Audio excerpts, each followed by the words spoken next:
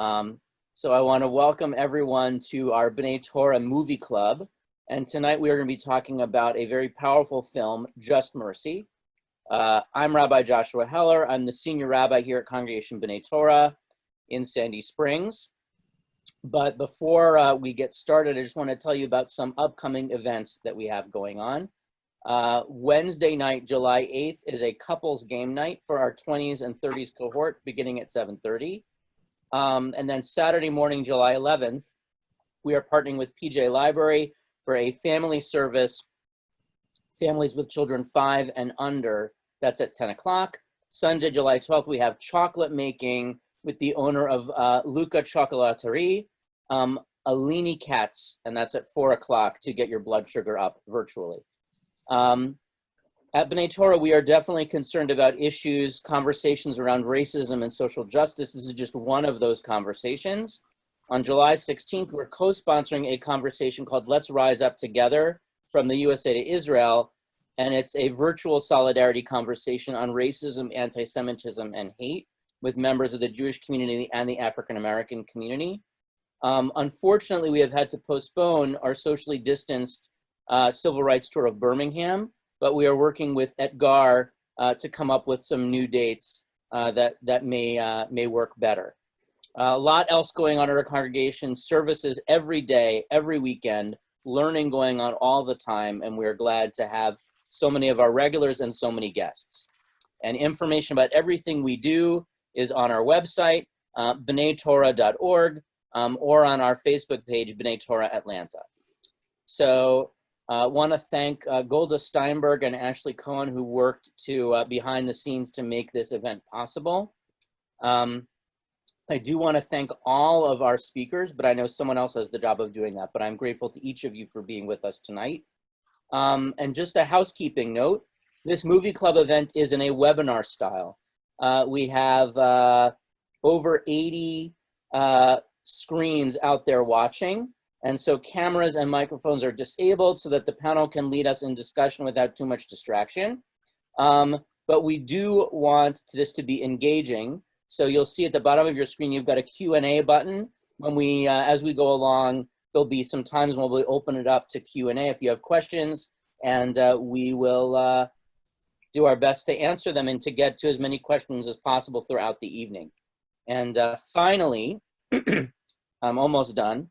I have the chance to introduce our moderator for tonight's program.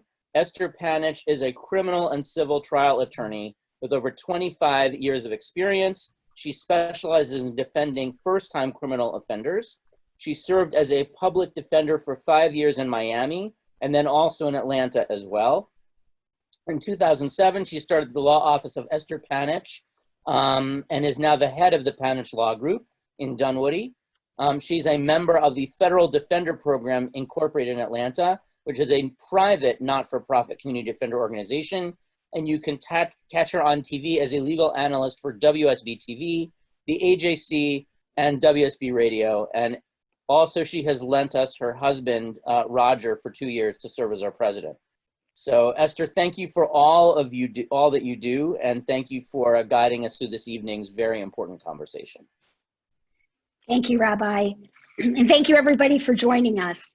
This is very exciting and timely, and I'm really happy it was a movie and not a book, because law has just ruined my ability to read for pleasure. So tonight, I want our panelists to introduce themselves, and you'll get to see what a great experiences we have with us tonight.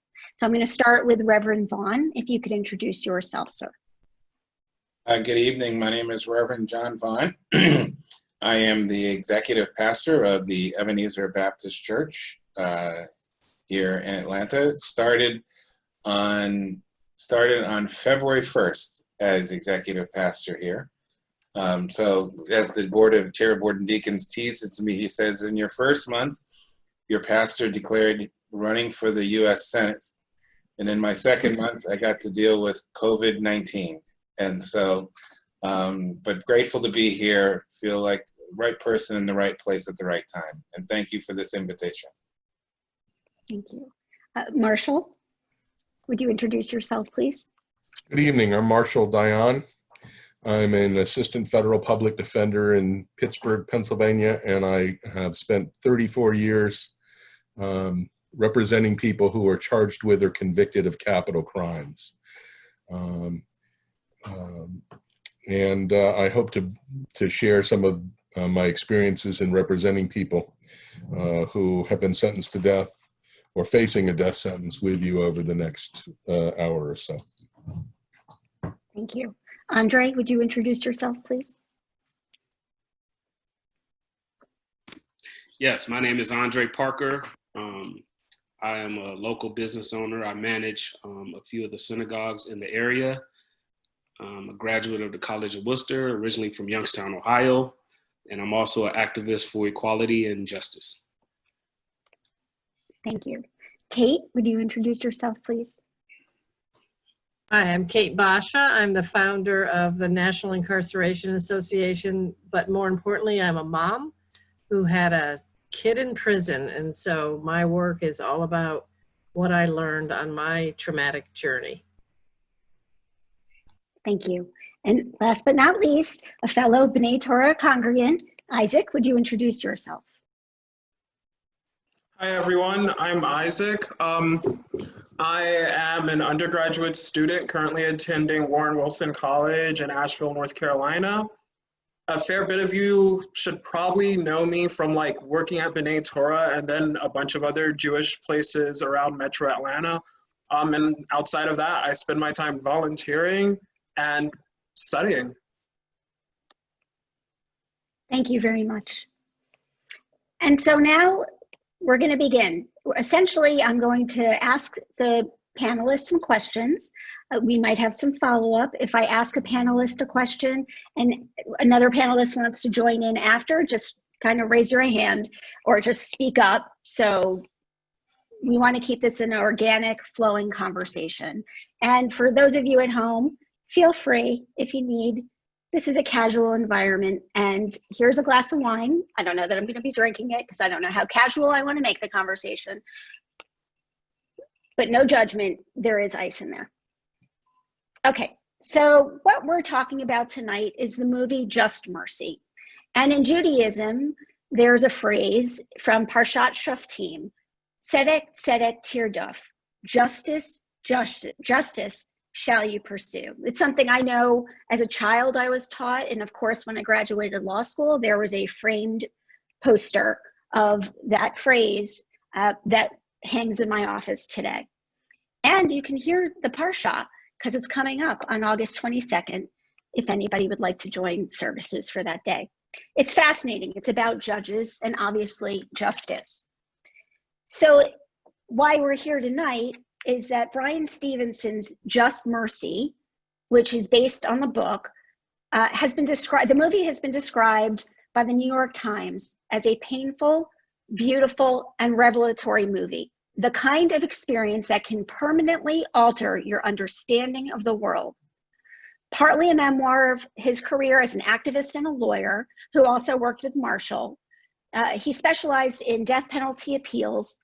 The movie is also a meditation on history, on political morality, a clear-sighted and compassionate reckoning with racism, poverty, and their effects on the American criminal justice system.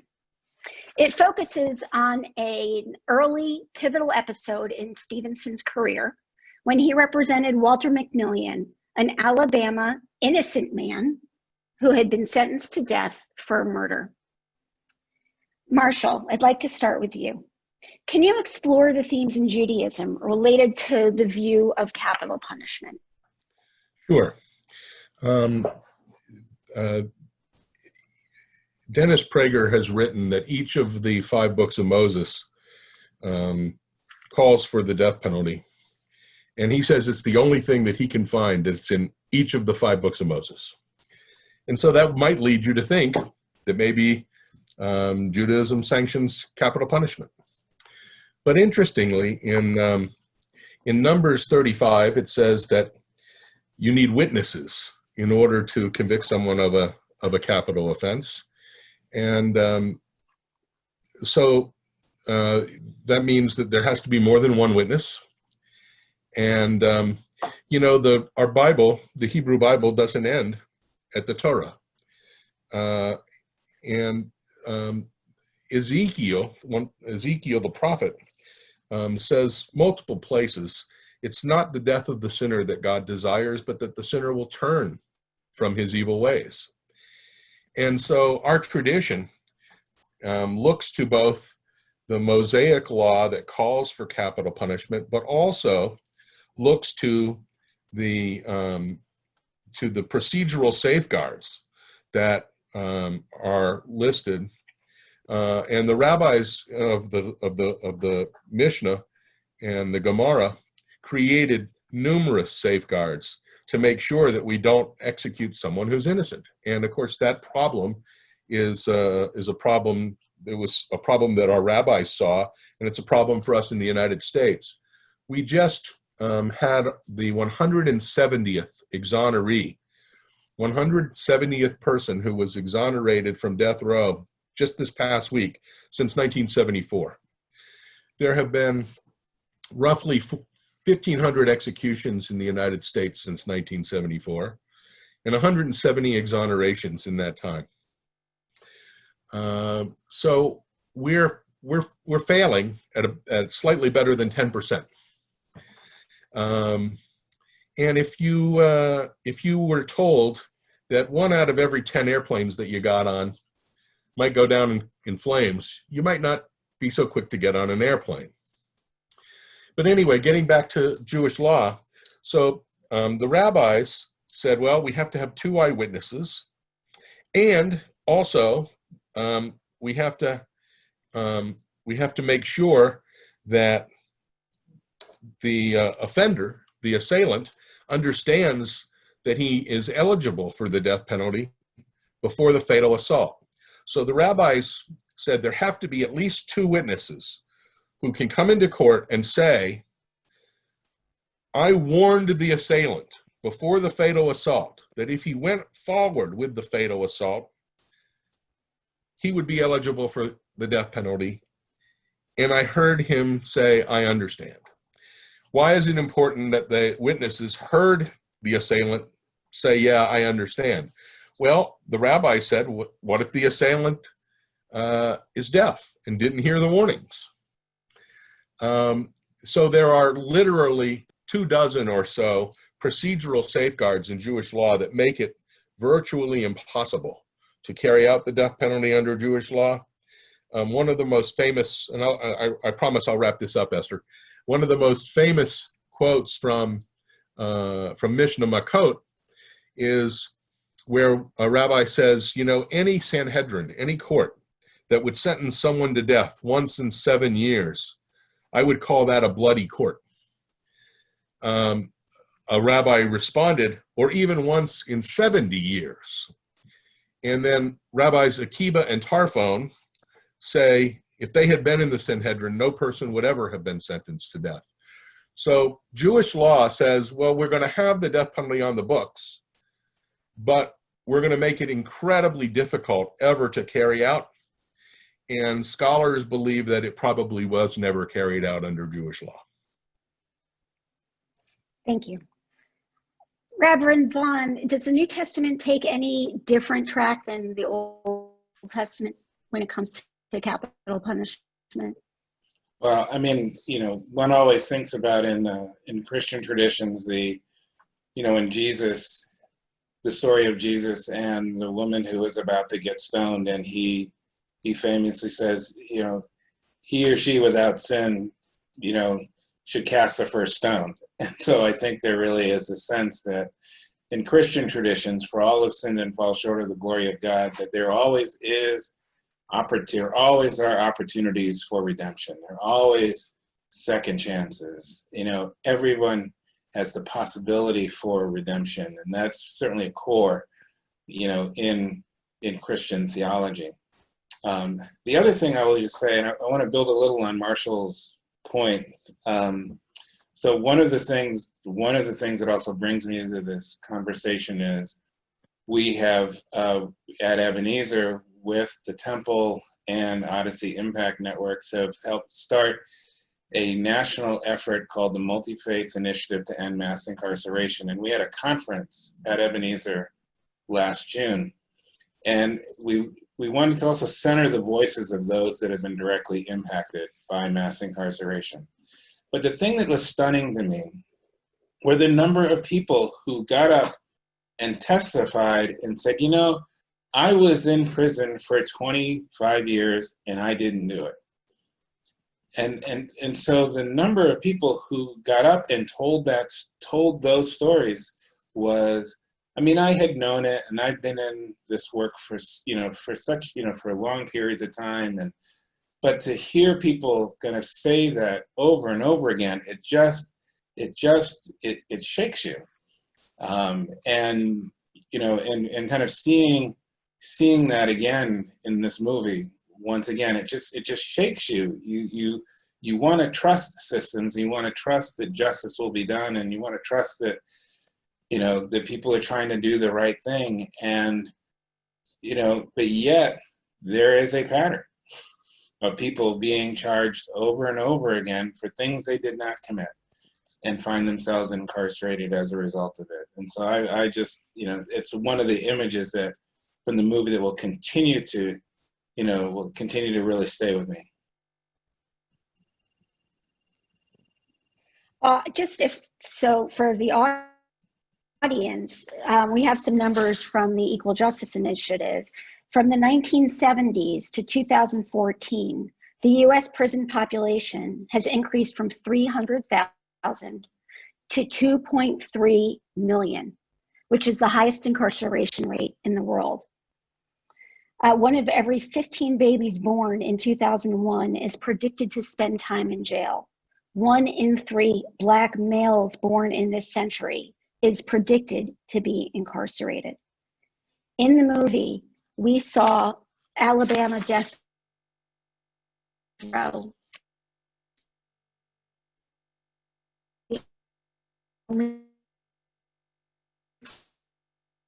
African Americans. You see bias in race and poverty manifested in your work.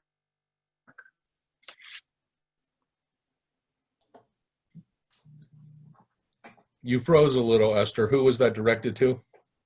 Oh, I'm sorry. Okay, so Marshall, I was asking you, how do you see, since you work with people on death row, how do you see bias in race and poverty manifested?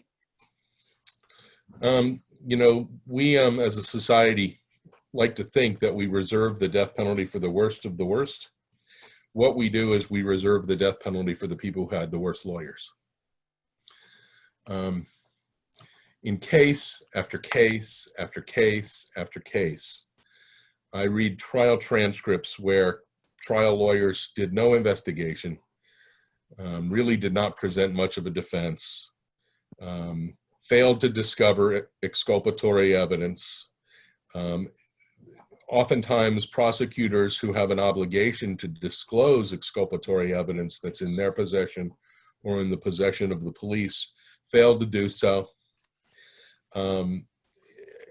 There is almost no one on death row across America that had the means to hire their own lawyer. There are a few, but I would say probably less than 24 across the country. So there's no doubt. Oh, and since you asked about race, there have been dozens, literally dozens of studies since the mid-'80s that show that there is a statistical correlation between the race of the victims of homicide and who gets sentenced to death. If you kill a white person, you're 3.5 times more likely to get sentenced to death than if you kill a person of color. And what that says is that our juries value white life more than they value the lives of people of color.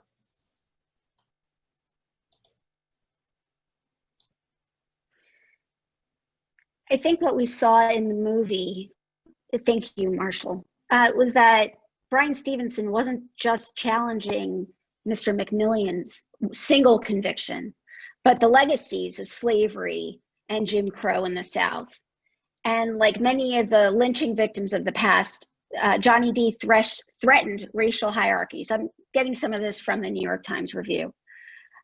He threatened the hierarchies because both he was economically independent, he owned his successful business, and he had an affair with a white woman, which was taboo. His adultery is painful to his wife Minnie and their children, and represents in the movie an unacceptable transgression of racial and sexual taboos to the sheriff and to other white people. Despite his affair, his wife, kids, and extended family, you see multiple scenes where they all come together to speak to Bryan Stevenson, and they all support Mr. McMillan. Katie, as a person with a family member incarcerated, what were your fears and expectations of the criminal justice system when you got involved in it? Well, the movie brought out a whole lot for me. I had no expectations except for what I was taught as a young white girl in some suburban community, right? So I had certain expectations when I went into a court of law regarding my son's charges. And so, yes, we are kind of preconceived notions of what we're supposed to see happen. I think the movie brought out a lot of challenges with me, how that system is not right. And what I heard Marshall say and you, Esther, is that the lawyers, I mean, I'm sorry, but the lawyers are they're not there for us. As a family member who is clueless, showing up in a criminal legal system where your life is on the line, whether it's a death penalty or whether it's just a misdemeanor, it doesn't matter. When you don't have valuable information to help you and the person that you love going through this system, you're a pawn in this game. And so again, this movie made me really understand what my 62 years on this earth never could have made me understand, and that is the failure of the criminal legal system to protect the families, to protect the people coming in. Oh yeah, my son, was he guilty of something? Absolutely. Did he need all of that? Probably not. Did I need a whole lot? Yes, I needed a lot of information that wasn't there. So we fall in these cracks as families, and we become desperate. And this has been going on my whole life. And I learned an ugly truth about my country in 2012 that, and I continue to learn it, that we are failing when somebody gets picked up by the criminal legal system, and then what happens to them and what happens to their family, and why we continue to ignore it is just shocking to me. We can no longer ignore what's really going on with our families. So Minnie the family in the movie said that they felt like they had been put on death row too. Obviously your son was not sentenced to death row, but are those similar feelings that you had, that you were going through this, just like your son was? You are arrested with them. You are convicted with them. You are incarcerated with them the entire time. If you love that person, it does not matter if that person actually, so I always say, no matter what the crime is, no matter what the time is, mom is stuck with it. Dad, sister, wife, auntie, it doesn't matter. We're there on that journey, and it destroys families in such a way that we do not pay attention to our on any level in our country, and even in the circles I hang with, which is all the people that love this work. We don't talk about what happens to the families. We do talk about what happens to children, but mom and dad, and sister and brother and my mother, what happened to my elderly mother when my son went to prison, nobody calculates that kind of loss to society. So we are ignoring a problem that well, I'm preaching to you, Esther. No, but keep going, because I mean, honestly, I think this could be helpful. What I feel like as a society, we really are ignoring what happened to somebody like Kate Basha, this white face in this black world, because I know it. My son could come right here behind me, and he might show up tonight before we leave and say to you, he lived with men of color. He would say to me, Mama, we put that man down at 17 years old. I said, no, honey, we didn't put a man down at 17. Well, son of a gun, did I learn? We did. We put little boys down for life sentences. And my son lived with these men. So, but the bigger fallout to the families, like, oh my gosh, like am I one of those people? Of course I am. So my family was destroyed by a system, and it took me out. I got fired from my job, went on unemployment. I think that's federal, somehow government money. But I also stopped behaving in a certain way that people didn't predict, that Kate Basha wouldn't know. She would no longer buy her car every 2 years, or she would no longer do this or do that, or buy this or that, big box. I was in a space per society, but when my son went to prison, I removed myself from that. You know what? I'm going to give you a little better picture, especially all of you younger ones. I work with thousands of families. My black mamas that are older than me, that still do the same thing for 20, 30 years with their sons. They take their few dollars they can, put it on the books of their child, or put it on the phone, or however, and they remove that money from that community that they live in. And so we don't take in this bigger picture. And this movie, Just Mercy, shows that. It shows a family that was so destroyed by one arrest,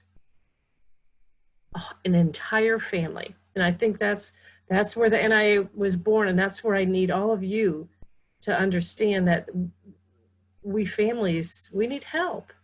We need a lot of help.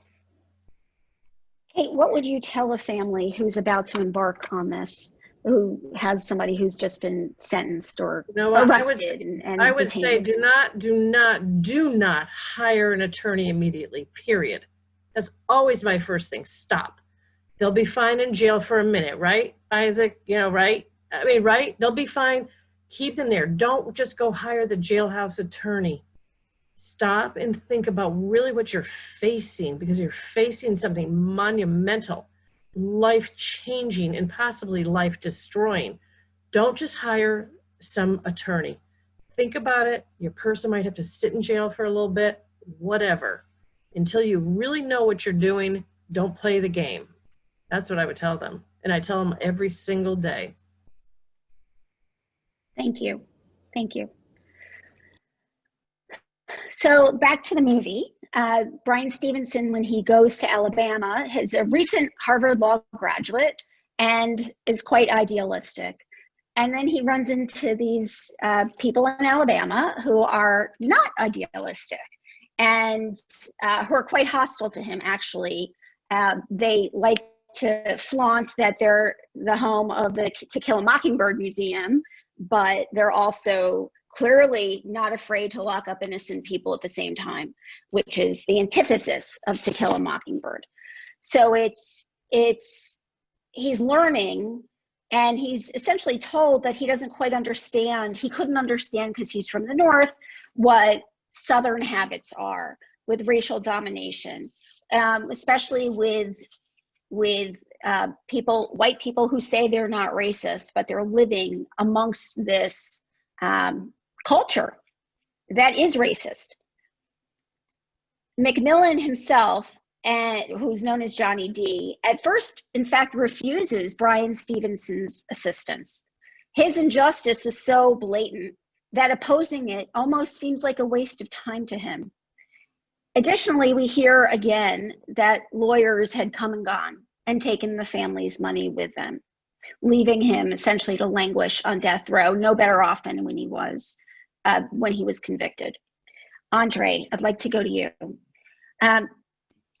You work in the communities, you help feed protesters, you help, you can identify the issues, you see the issues of classism and racism, which make people vulnerable to being preyed upon from those who should be allies like other lawyers or law enforcement. Can you talk a little bit more about what you see? Well, I think it's important for people to understand the economics that go behind crime and locking up people. In 2012, 2.5 billion went to 2 private prisons. It becomes more of a value of the dollar than it is a life.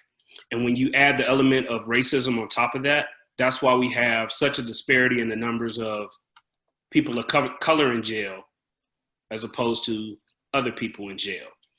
And so when you look at it through the lens of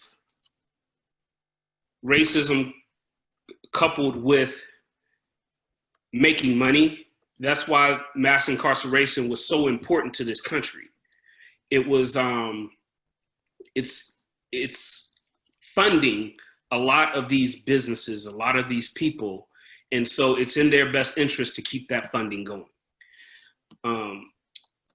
One thing I thought was, we were talking about preying upon people that don't have the means to afford the right lawyers. What systemic racism does is it preys upon generations. I was just sitting here listening, and I can think about the first time of my interaction with the police as a child, and they immediately put handcuffs on you. They condition you to think that there is no hope and this is your future. And they do that purposely by generation, so that each one of us, as we go to jail, our thought process is hopelessness. We already feel like the system, I don't like to say it's broken. The system is working the way it's supposed to, which is to keep us down and to help us evolve into career criminals. And so when there are certain times where the train kind of collides, where you have this overwhelming amount of racism, and then you add classism to it, because classism is very important in this country too. And that's part of the supremacy effect and the ideology of being better than others.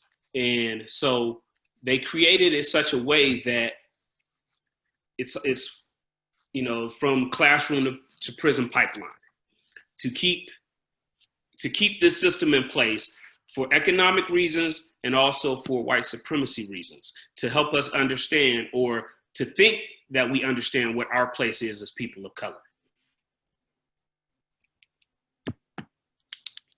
And how do you see that affecting the broader community?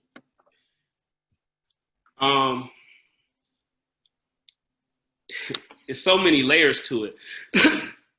I mean, we talk about things such as the crime in the Black community, but it's all part of the same system that is created to have that crime so that we can be sent to prison, so that they can benefit off of us being in prison. They're getting paid for it, and also they're sourcing out work for pennies on the dollar. So it destroys communities directly. It almost tears them apart from the time that people of color start having children. They come in, especially like during the 70s and 80s and during the war on drugs, where they come in and they remove the parent and then have us live in communities where education is not equal, but then they want to lock us up because they say we don't have the potential to do anything else because we're career criminals, where they didn't give us the opportunity to be able to leave that life or to avoid that life or anything like that. I know I can think of one particular example as a criminal defense lawyer when crack took hold of communities, the disparity in sentencing. You had white people doing powder cocaine, you had African Americans doing crack, and the people who were doing crack, which is, by this way, the same drug, were doing 10 times the amount of sentence for incarceration. They were sentenced to 10 times more than what the white person who had powder cocaine was. Well, just quickly, they're really not the same drug because you can't make crack without cocaine. Cocaine is the foundation of the drug that causes this problem. And when you have the sentence more for the watered down product than you do the product that fuels this whole epidemic, it's blatant racism. Because it's almost how the reason why they started, putting crack into the neighborhoods is because it was cheaper. Black people can afford it. It was the stigma that Black people couldn't afford powder cocaine. That was Wall Street's drug. That was more, successful people drugs. And it was allowed for the judicial system to turn a blind eye on the powder, but we want to levy heavy on the cocaine because they didn't want to lose out on the money they can make from the criminal act, but they wanted to target a specific group to make that money off of. But I think also what's important is that, and I think the point, for me in this is that it is structured that way. The statutes were written that way. Absolutely. And so in many ways, the results that you get today are the criminal legal system. It's built to create these results. Like it is built to create these results. And it is doing what it's supposed to do.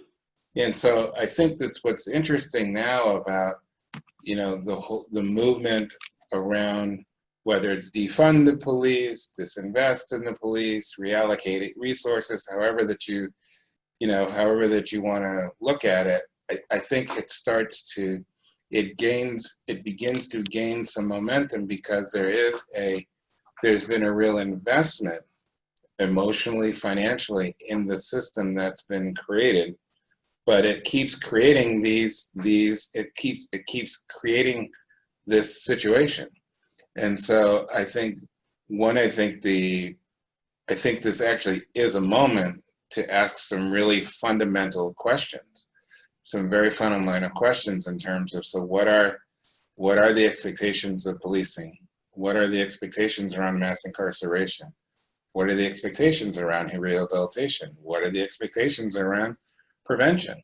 How much do we really value children, in the society, and to what degree are we really willing to invest in education and in the services that are needed? Because it's labor intensive and it's expensive, and but we make other and it's uncomfortable. And it's uncomfortable, but we make other choices we make other choices, and so I think this is a moment when the word that has really come to mind for me, and I felt this a lot during the movie, was the word relentless. And so the experience of the continued experience of violence against unarmed Black people by police or white vigilantes has been relentless. And you feel a relentlessness in the movie around this. But I also think that, as people of faith, we are in the hope business. We see what's possible. We are in the transformation business. And so I think it is, the thing that we bring to the table is that we see the possibilities of change. We believe that that transformation is possible. And we've seen it individually, and we've seen it, and we can testify to it. But that's what we bring to the table in this work. I think just in just in the policing realm, $126 billion in 1 year can be spent on policing. For forfeitures, when they arrest people and things like that, $4.5 billion. This is a big business. You're talking about civil forfeitures. So Yeah. for people who may not know, if you are arrested for drugs and you were arrested in your car, the government can seize your car and auction it or give it to law enforcement as a way of punishing you even before you're convicted. It's called civil forfeiture, and it's a much lower burden. And that's the point I was trying to get at. Even before you're convicted, and if we take it back to the movie, if you remember the guy who they coerced to testify against McMillan, they put him on death row before he was even sentenced. They put McMillan on death row before he was even sentenced. It's the system is built for people of color, people of lower class, or we can say the have-nots, to be guilty. From the moment they encounter with a police person, they're guilty. Just like Brian Stevens, even though it was an intimidation tactic, when they pulled him over and they put a gun to his head. Despite the fact that he's an attorney, a Harvard graduate attorney, he could have had his head blown off simply by trying to do the right thing and being a person of color. So let me interject. Isaac, I want to real quick. So, and you're so right, Andre and Reverend Vaughn. And when I work with families in prison right now, these men that are locked up for years and years and years and decades, you know why they stay in there? Because when the good ones stay in, you know why? Because the system needs them in there. I have men that should have been released 10, 5, 3 years ago last week, and they're not coming home. And you know why? They need them in there. And I just had to interject that, and I think that you guys will understand that. Absolutely. Thank you. Isaac, I want to bring you into the conversation too. As a young Black man, what do you think about what happens if you see sirens behind you trying to pull you over? I know I expect I'm going to walk away from that encounter if I'm speeding or allegedly doing something unlawful. How do you feel if you have been confronted by law enforcement? Is there a distrust given what you see around you? Well, my feelings on law enforcement, I'd say distrust is to a certain degree an understatement. If you look at the history of this country, and not just this country, but we're talking about this issue in America currently, the police as they exist today were started as slave catchers. And there hasn't been enough change since the 1600s. There just hasn't. People like to bring up how, oh, well, this doesn't happen anymore. I've had to deal with some of my friends who are a little more tone deaf, bringing up like, oh, well, lynchings aren't really a thing anymore. And it's like, well, no, they are. It's just usually the person doing it has a badge. And if you haven't been paying attention to what's been happening over the last month, how many people do you think commit suicide in front of police stations? Like, are you insane? And in regards to personal experiences with police, I've met police that you would put in the good category, but then I've also had more than enough negative experiences as well. Outside of just when I've been trying to do things and being asked questions because I'm walking through a certain area that they're like, oh, why are you walking through here? And it's like, this is a park. It's open, it's free, and it's public. Why are you harassing me? Or when I've been with my friends and we've had to like turn down our music real quick because the cop is coming up to the car and we're all terrified. We don't have like any actual reason to be getting pulled over, but the police officer just comes up and decides that, oh, here's a car full of black kids. Let me go harass them a little. Not even just that, but I remember this personally isn't an experience that happened to me. This is an experience that happened to a loved one of mine. When I was in high school, a friend of mine was pulled over by the police leaving his cousin's bar mitzvah. And it was such an intense situation. They pulled a gun out on him, and it's like, this is a 16-year-old boy, young man, boy, either way, it's a 16-year-old. Why are you, an adult with a weapon and a badge, behaving this way? So when it comes to like personally from my personal experiences, as well as those who I care about, I'd have to say there's definitely a distrust. And then, you have a lot of people who say, oh, well, my uncle's a cop. Oh, well, my dad's a cop. And at the end of the day, our issues aren't with people with a badge and a uniform. Our issues are systemic. Our issues are the fact that everyone likes to say this terminology, bad apple. And it's like, well, what do you mean bad apple? Look at what just happened in Buffalo last month with 57 people deciding to leave the force because they were reprimanded, and barely reprimanded, for assaulting a man in his 70s. What do you mean just a few bad apples when in places like Seattle and Philadelphia and Minneapolis, there have been more than a few police who've been seen having contact with white supremacist organizations, especially in Seattle and Philadelphia. So at a certain point, the system, in my opinion, the system's working the way it was intended to work. It was never intended to be a system that actually values everyone who's part of society.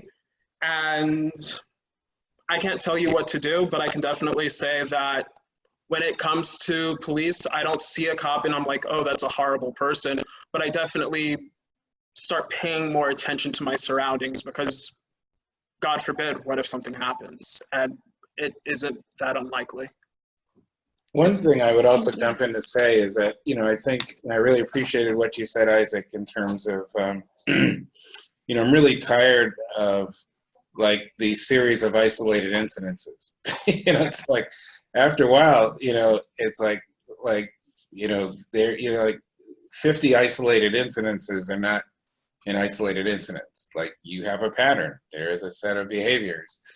I want to also say the other thing, though, too, and I think this is also the value that we have as faith communities, is that, so we have law enforcement officers in our congregations.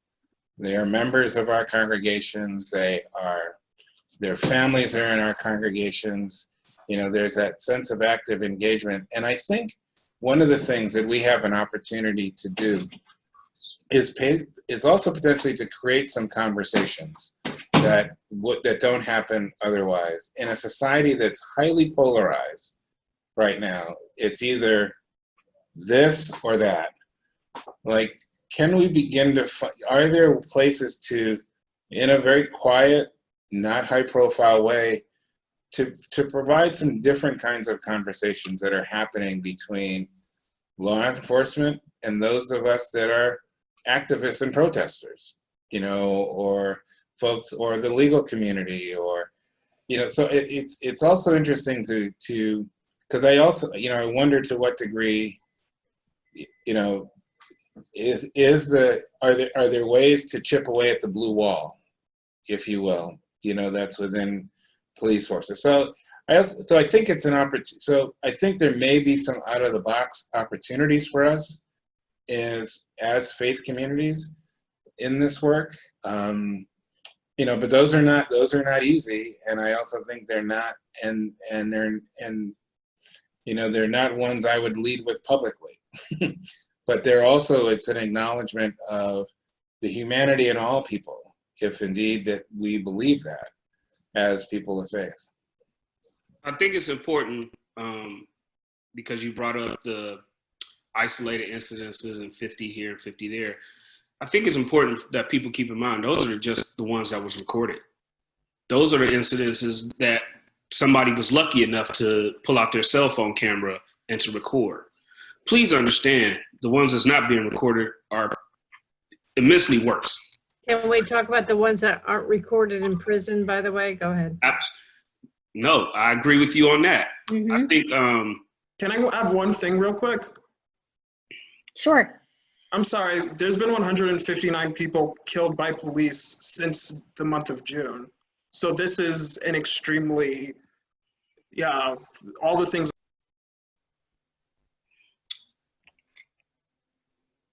Go ahead, Andre. well, and I was also going to say, I understand your point, Reverend. I just don't know if chipping away at a system, I don't know, I mean, how many generations would that take? I mean, I think we have to be strategic, but we also have to be diligent in not chipping away at the system, creating a system that is based on equality. You know, people are all up in arms talking about if you defund the police, crime's going to go up, things of that nature. But they've defunded the arts, they've defunded education, they've defunded extracurricular activities, and they seem to be okay and still manage to get by. I think it's important that we have to accept the fact that this system was created in such a way and so embedded in racism, it's not repairable. It has to be replaced. It has to be something that has equal footing for everybody. Because the more we want to chip away at this system, 3 times that amount of people of color are going to still be ending up in jail. And those are potential doctors, lawyers. Those are people's children. Those are people's parents. And then one other thing, when we talk about, I know Isaac was talking about, you know, the distrust of police is an understatement. It's unreal how much of an understatement that is. I'm in this one group and they posted this question of how many times have the police pulled their gun on you? It was so amazing to watch the different answers from whites and blacks. And it got me thinking, and I started writing down how many, I counted 7 in my life. My earliest one was 11. So again, it's embedded in us, not just to distrust the police, but it's a very big fear. It's a life or death fear. The moment a police gets behind me, I go through so much in my mind of what I need to do, how I need to respond. When I pull over, first thing I do is stick my hands out the window. Like, it's just so much because of the fear of, in a split second, this person can take my life, whether or not I did anything, and he'll go home. You know, the killers for Breonna Taylor celebrated the 4th of July, like nothing happened. So that's just my thoughts. You know, resources are so important, or the lack of resources. Brian started the Equal Justice Initiative. And so when Brian needs an investigator, the Equal Justice Initiative raises the money and he can go hire an investigator. But when a court-appointed lawyer or a public defender needs an investigator, they got to go beg the court. And these judges act as though you're asking for their own money out of their pocket. And you're lucky if you can get $1,000 or $2,000 for an investigator. And then you think, well, what investigative resources does the prosecution have? Well, the prosecution has the entire police department, as that's its investigative resources. So the whole system, from the minute that someone is arrested, the whole system is rigged. There's no, if there is evidence that's found after someone's arrested that points to someone else, it usually gets lost. Because the system is set up in a way that once someone's arrested, everything that the police are doing, everything the investigators are doing is to try and find more evidence to prove the person who's been arrested actually committed the offense. And defense lawyers don't have access to resources, or at least the resources that we have access to is very, very limited. And until we decide as a society that we want to,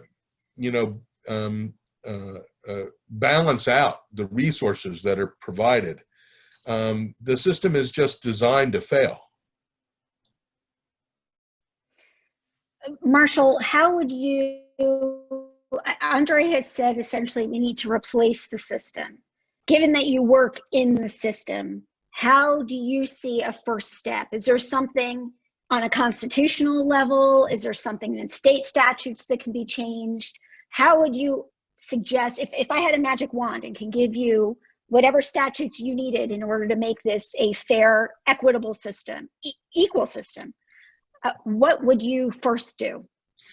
So in most states, you do have to go to the court to ask for resources. A defense lawyer who's not retained, obviously if a defense lawyer is retained, then whoever is paying that defense lawyer has to pay for whatever the expenses are. Although it's true in some jurisdictions that just because somebody's family member can afford a lawyer doesn't mean that they can afford all of the other resources that are required. Correct. And so sometimes even where a lawyer has been retained, for example, by a family, if the person himself or herself is indigent, then you can go to the court and ask for money. But the court shouldn't be controlling the purse strings. There should be an independent agency that funds indigent defense. And there are a few states around the country where that's true, but very, very few. It just doesn't make sense that judges control these purse strings. And they, as I say, they act like you're asking for money out of their pockets. It just happened in Georgia. In fact, a case was overturned. Well, it hasn't gone to trial yet, but the judge rejected a plea from the defense lawyers to hire an investigator on a death penalty case. And the Court of Appeals kicked it back and said, no, you have to provide, if they're really indigent, you have to provide the ability for the defense lawyers to investigate their case with an investigator. So it still happens here all the time. Sometimes you have courts higher up who will kick it back, and sometimes you don't, and then you are stuck with the limited resources that you have. I want to go to some questions from the audience. Unless there was something else, I didn't mean to cut off any of my panelists, so if anybody wanted to add something. Otherwise, we have one that just came in that looks really good. Judaism teaches us, and it's from Mitch Garber for all the B'nai Torah people who know that this is a good question. Judaism teaches us that if we save one life, it's as if we have saved the entire world. Does the movie and our understanding of Stevenson's actions and decisions give us any sense of hope that we as individuals may be able to engender change and make a difference in finding a path to true justice for our citizens whose ancestors were brought here in chains against their will and who have been the victims of systemic bias ever since? I'm going to start with Reverend Vaughn. The thing that actually is quite, which is quite fascinating to me is to have seen the movie and then to have been in Montgomery a couple of times to see now what has been built there. And both the museum as well as the memorial they've almost shifted the energy of Montgomery. And people are now traveling. So we see at Ebenezer very often, people will say, oh, we're on the civil rights tour. We're coming here and we're headed to Montgomery, to basically see the memorial and the museum. And so, but when you think about the beginnings of EJI and what it's done today, I think it's a great example that, starting with saving one life and what that has led to and the way that it has almost helped reshape a community in Montgomery and a willingness to now tell the stories about slavery and its link to mass incarceration, and to understand, like to really understand lynching as literally white terrorism that was driving Black people up north. Like, those aren't the stories that we're told where I grew up in Massachusetts. That wasn't the way that it got talked about, you know? And so yes, I think it's an embodiment of saving one life started the journey, what has become almost a transformative organization that's doing transformative work and is helping to almost transform a city. So, Marshall, I see that you. Yeah. Did you want to jump in? Mitch quotes half of what it says in the Talmud, which is that anyone who saves a single life, it is if that person has saved the whole world. Anyone who takes a single life, it is as if that person has destroyed the whole world. Brian Stevenson says frequently, none of us want to be judged by the worst thing that we ever do. And you know, what's so moving about the movie to me is that Brian understands that, you know, people make mistakes, and sometimes those are horrible, fatal mistakes, right? Walter McMillian was innocent, but many, many, many of Brian's clients are not. Many of them have committed homicide. So have many of my clients committed homicide. But I can tell you that every single client that I've had who has committed a homicide has fallen into one of the following categories. Either they were seriously, and I mean seriously, physically, sexually, or psychologically abused as children, were either on drugs or withdrawing from drugs at the time of the offense, or have serious mental illness. Those are the people who get sentenced to death, because, you know, it shouldn't come as any great surprise that people who commit those kinds of homicides have real problems. And so I'm not here to justify or excuse that behavior. What I'm here to do is to ask people to understand that that behavior didn't come out of nowhere. And that in order to figure out what should happen, we need to put that person's life together from its inception and figure out how this human being got to the place where he or she took the life of another human being, because that's a really, really abnormal thing to do. And as we begin to figure out how did someone get to this place where they took the life of another human being, hopefully we'll find that deep within them, or even not so deep within them, those people have the humanity that we all do. You know, it says early on in Bereshit, in Genesis, that we were all created in the image of God, Tselem Elohim. And we have the divine spark in us. And we have to, you know, Rabbi Abraham Joshua Heschel called upon us to act in a way that lets other people see the divine in us and calls upon us to see the divine in others, even when they've done really terrible, horrible things. That there's still a humanity there that is, you know, I guess, I don't know if it was Reverend Vaughn or Andre said it earlier in our webinar, that, you know, everyone has redemptive capacity. And the death penalty is a negation, just a negation of that redemptive capacity. And I think we as a society should think long and hard before we throw other human beings away.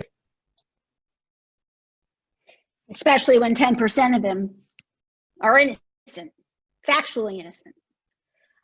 Andre, yes.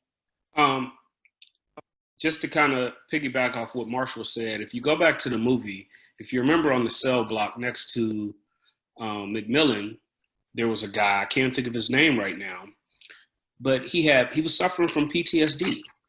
The war really messed him up.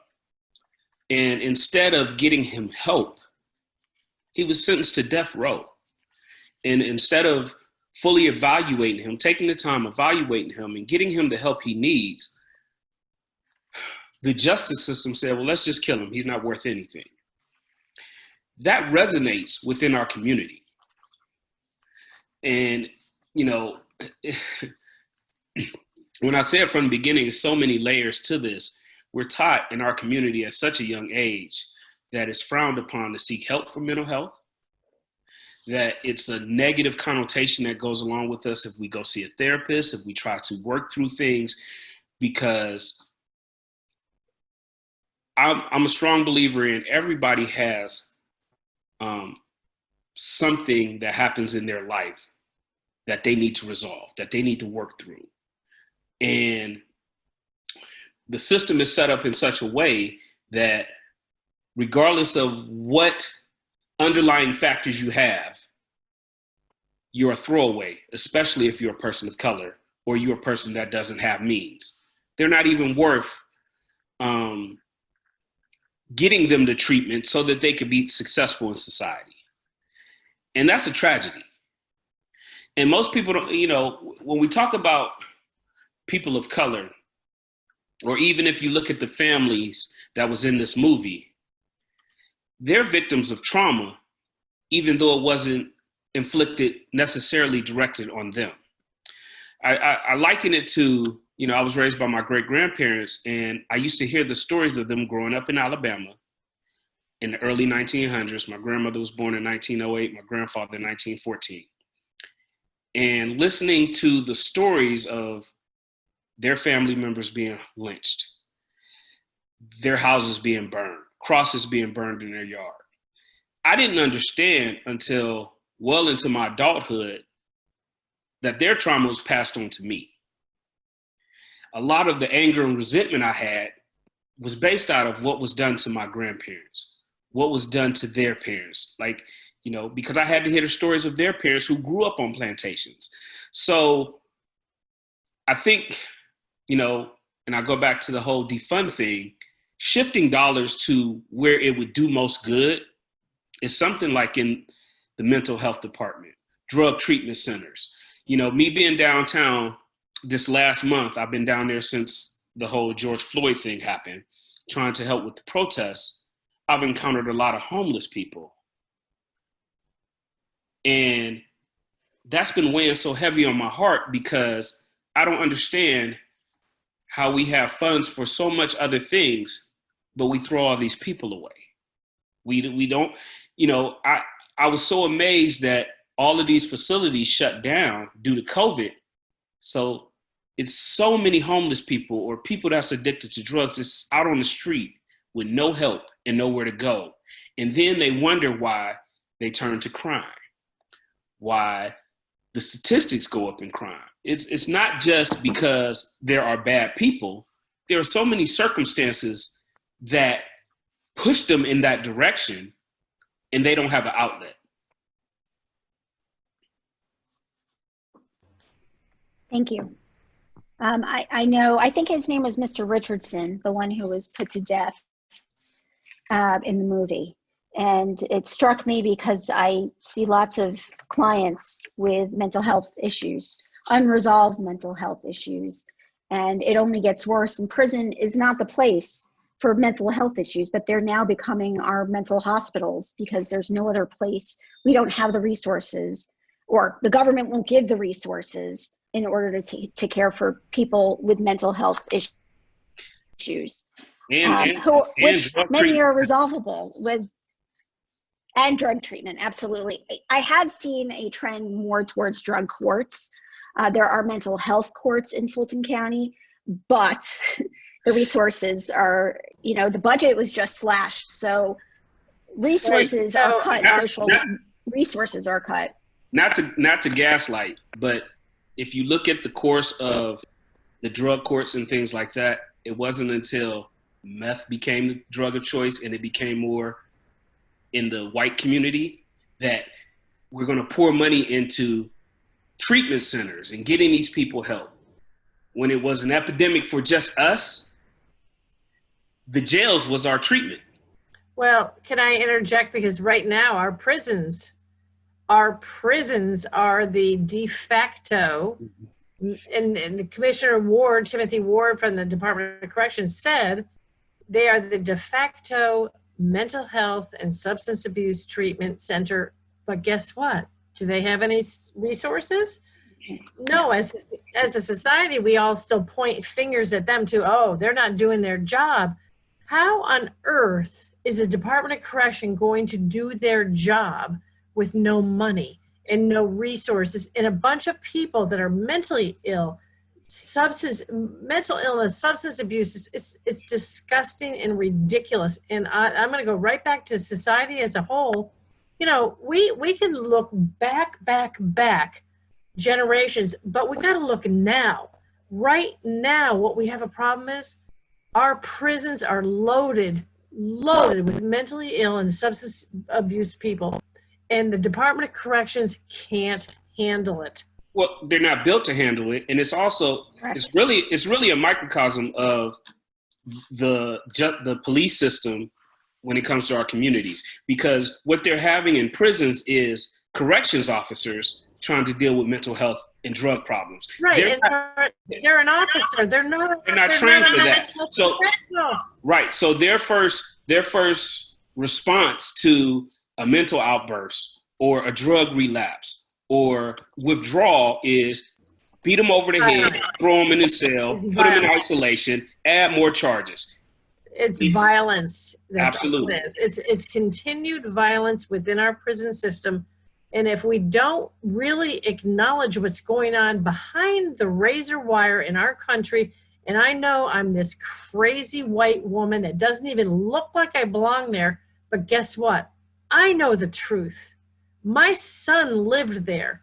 I have men that I work with and I've been working with for years and years that live behind that wire, and I know the truth. I know what we lock up.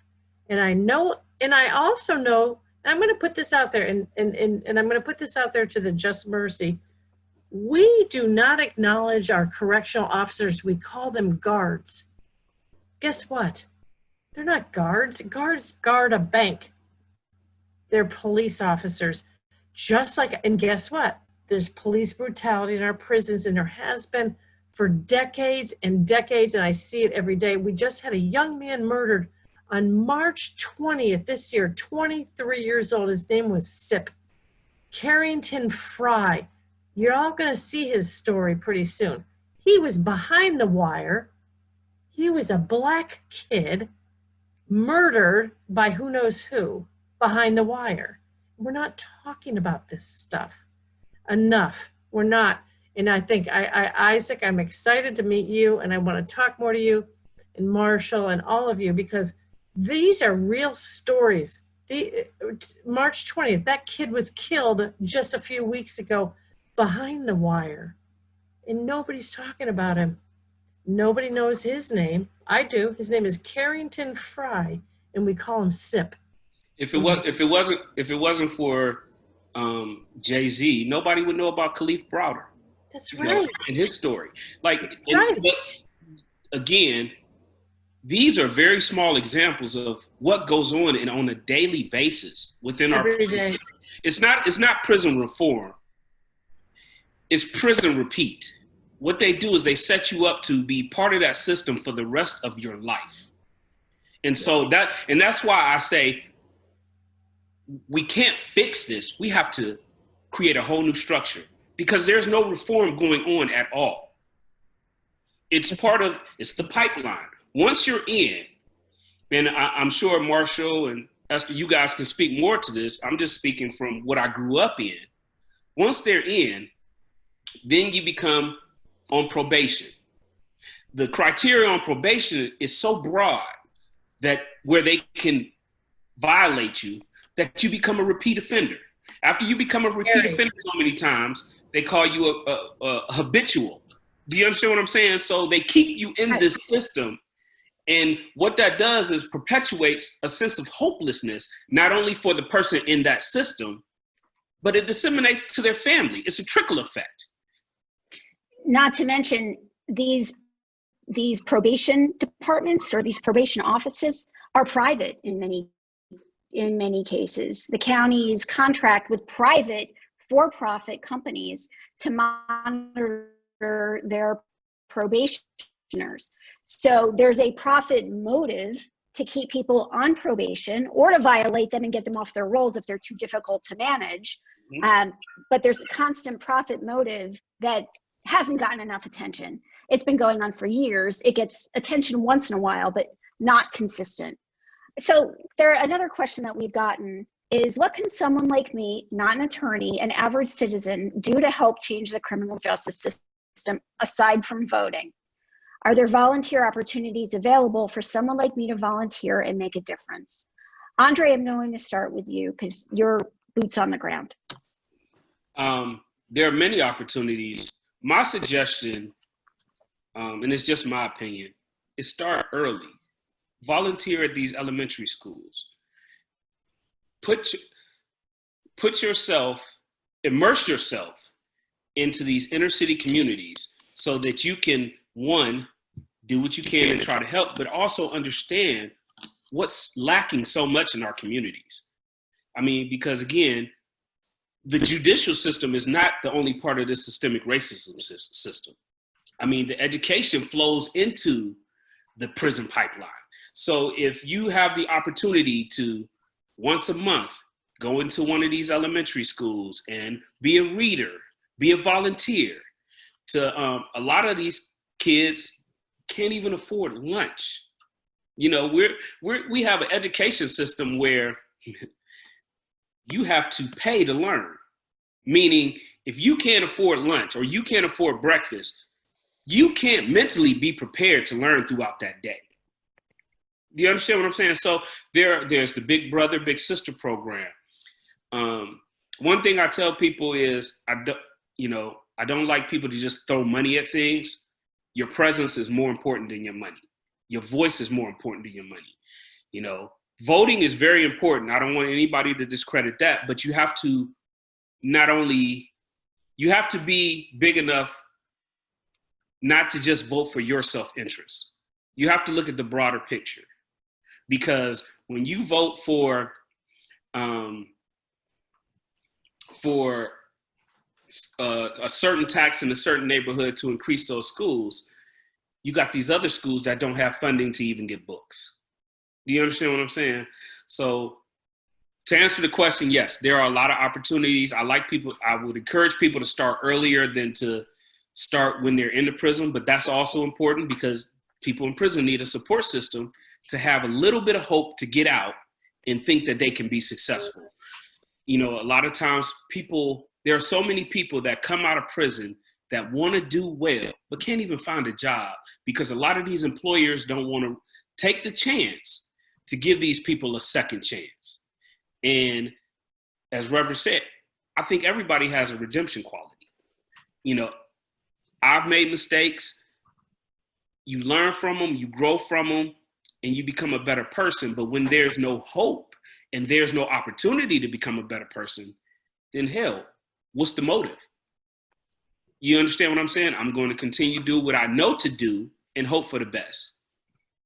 I want to build on Andre's comment that the school to prison pipeline is real. You know, so I think anywhere along that pipeline that you can volunteer, that you can give your time, you know, that both on the prevention side, reentry, you know, we've done at Ebenezer, we've done expungement events. We've helped people get their records, you know, expunged. We've done bailouts. You know, if you want to be a site for reentry or work with folks that are on parole, but involved in, there's a lot of great policy work that's going on. There's now a Georgia Interfaith Policy Group that's advocating around ending mass incarceration as well as other areas. And so I think policy engagement. So I think but also do in a way that meet your gifts in your own sense of calling. So I think, but the pipeline is real, and there's definitely different ways that you can engage. The other thing I will say, and we haven't talked about today, which I think is a promising strategy, is the strategy of restorative justice. And we're seeing this happen and being piloted in a number of cities, where people who have been victims of crime are saying, no, I don't want you to send them to prison. We'll engage in a community process, where there's a speaking the truth, there's apologies, there is a structured process, and then they come to some agreement around what restitution would be, and who prefer that versus sending people into prison, and I think it's showing great prompt, and we're seeing it being piloted by courts. We're seeing it in schools, so I think and it really speaks to kind of the best of who we are, I think, as human beings, and what may indeed be possible. Thank you. I want to ask one last question that focuses on the movie. And I think I know how some of you might answer, but I'm curious, and so are people in the audience. Is there any place in society for the death penalty? No. Okay, I'm going to start with Marshall. Sorry, I had to unmute. I don't think so, and I'll tell you why. All of us in our imagination have the paradigmatic capital case. That this case is so bad that among all of the terrible cases, all of the terrible crimes, this one in my imagination is the one that really deserves the death penalty. And I suspect if we went around, all of us would have a different image in our heads of what that case is. I'll tell you, when I was a younger lawyer, I had a client who had committed a homicide and was sent to prison and committed another homicide in prison. And I thought to myself, I'm not sure that I can do this, that I can represent this guy, because what else is society supposed to do? They've incarcerated this man for having committed a homicide, and he's committed another one. He hasn't gotten the message. And I was lucky enough to have a really wise boss who said to me, Marshall, read the trial transcript and go meet your client. And if you still don't want to represent this person, I'll assign this case to someone else. So I went and met my client, and I read the trial transcript. And what I learned was that my client had attempted suicide 3 times before he was 18 years old. And he was living with among the most serious mental health problems I still, in 34 years of law practice, have ever seen. And he didn't have a fair trial. And it was just clear as a bell.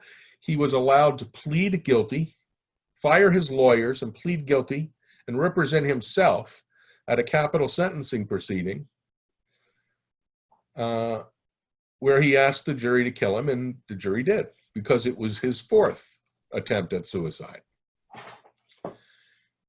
So,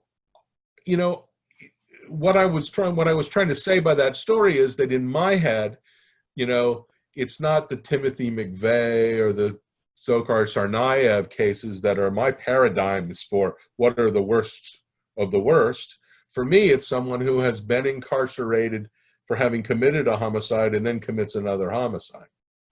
And all of us, I think, have a completely different image in our heads about what's the worst case that maybe should be deserving of the death penalty.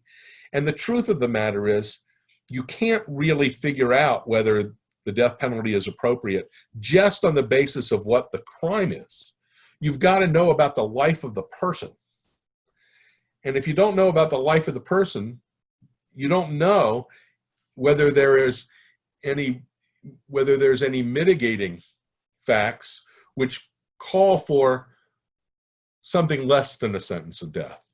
So the more we focus on the crime for saying, yeah, this is the case that should be a death penalty case, we're missing half of the equation, because the other half of the equation is, what do we know about this human being who got to this place in his life or her life where he or she ended up taking the life of another human being? Yeah, I also just, Kate? I don't think it's ours to, I just don't think it's ours to, I don't think it's ours to make that choice. You know, I don't. And Yeah, and I think we're, again, we're persecuting the family, the entire family. But more importantly, I think sometimes we have to remember that we could possibly fix a human being. My goal in my life, if I could have the perfect sprinkle the fairy dust in my world, we could fix a human being. Because you know what? We can fix this thing as soon as it breaks. We can go right to Apple and fix it. Why can't we fix a human being before we get them to Marshall's, office, before we commit them to death? But more importantly, to go right back, if you're committing a human being to death, you're committing their entire family to death as well. And I think we have to really think about that. That's, fundamentally, all of you out there, if you're going to kill my son for doing a crime, you're pretty much going to kill me too. And that's a fact, right, Marshall? And, Marshall gave me a really good point last week, which I didn't think about. When he is trying to uncover facts to save someone's life in his role, he has to ask me as a family member really difficult questions. And he has to uncover information that's maybe an ugly past in some private things we really don't want to talk about in our own family, much less to a lawyer. But unfortunately, we have to, as families, also understand that we have to speak the truth. And the ugly truth sometimes is sexual abuse. Sometimes it's racial abuse. It's all these things that we have to uncover to speak the truth before a court of law, before we hang somebody. And that's what we're going to, if we don't do all that, then we're just going to hang somebody. That's how I feel. Thank you. Thank you. Andre? Just to kind of go with what Marshall was saying, what happens is the system is created to dehumanize people. It's created so you don't look at the person, you focus on the act, or you focus on what you think this person might become, rather than figuring out who this person is, what set them along this path. Personal story is I was arrested at 12. I got into a fight in school, and I really injured the person. I was arrested, charged with felonious assault, was looking at spending the rest of my juvenile life in jail. And this goes to what the Reverend was talking about. My grandparents were very known in the community. She reached out to this person's grandmother, brought us all together. We came to an agreement of how I could rectify the situation, and that family didn't pursue charges after me. My life could have turned out totally different. I probably wouldn't be on this panel right now, because once you're deep into that system, you're gone. My family didn't have the means to hire an attorney or things like that. And so once I did that and I entered high school, because this happened in junior high, they put me in this program called conflict resolution. And I had to be one of the people who helped resolve conflicts with other kids in high school. These are the things we need in place to curb people becoming part of that pipeline as an adult. It changed my life. It changed the direction of my life. Because prior to that, I was part of that hopelessness, Youngstown. I'm just gonna, be part of either the gang or the drug gang, or, that's what I knew. So I think it's important that we understand that there are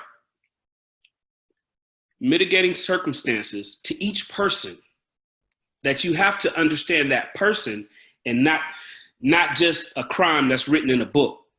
This is, this person sold an ounce of drugs, they do 5 years. You need to understand why did it come to this? How can we stop this from happening?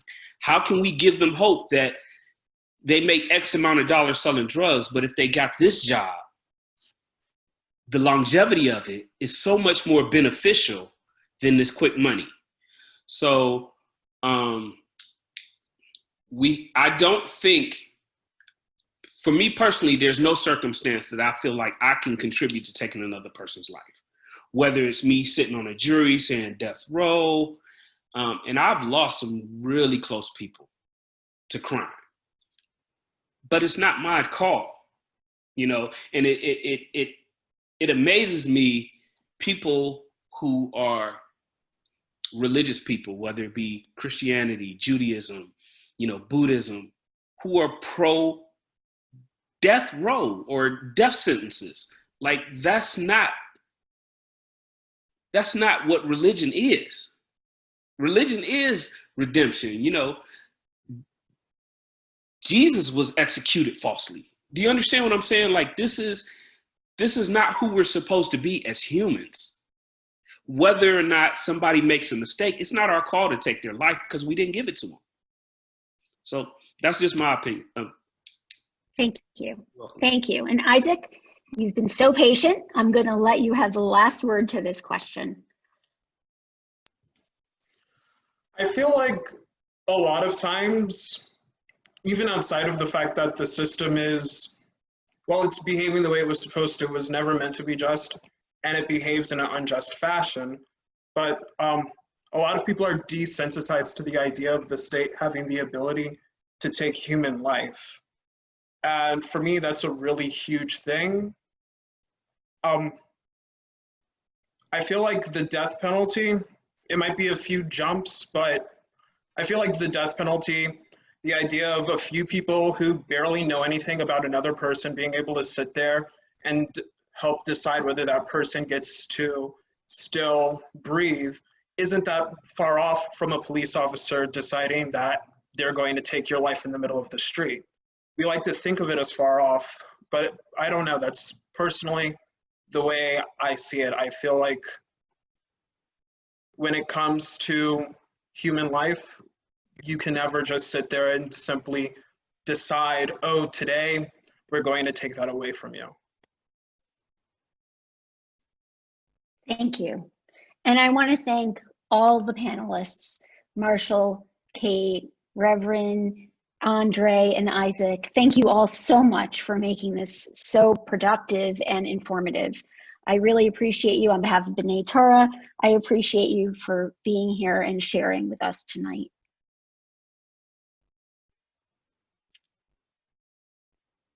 Hillary, I think I'm supposed to turn it over to you. Thank you, everybody, for coming. Thank you so much to our panelists, and thank you, Esther. You did an amazing job moderating. Thank you so much. And we hope to see all of you again at our upcoming programs. Have a great night, everybody. Thank you.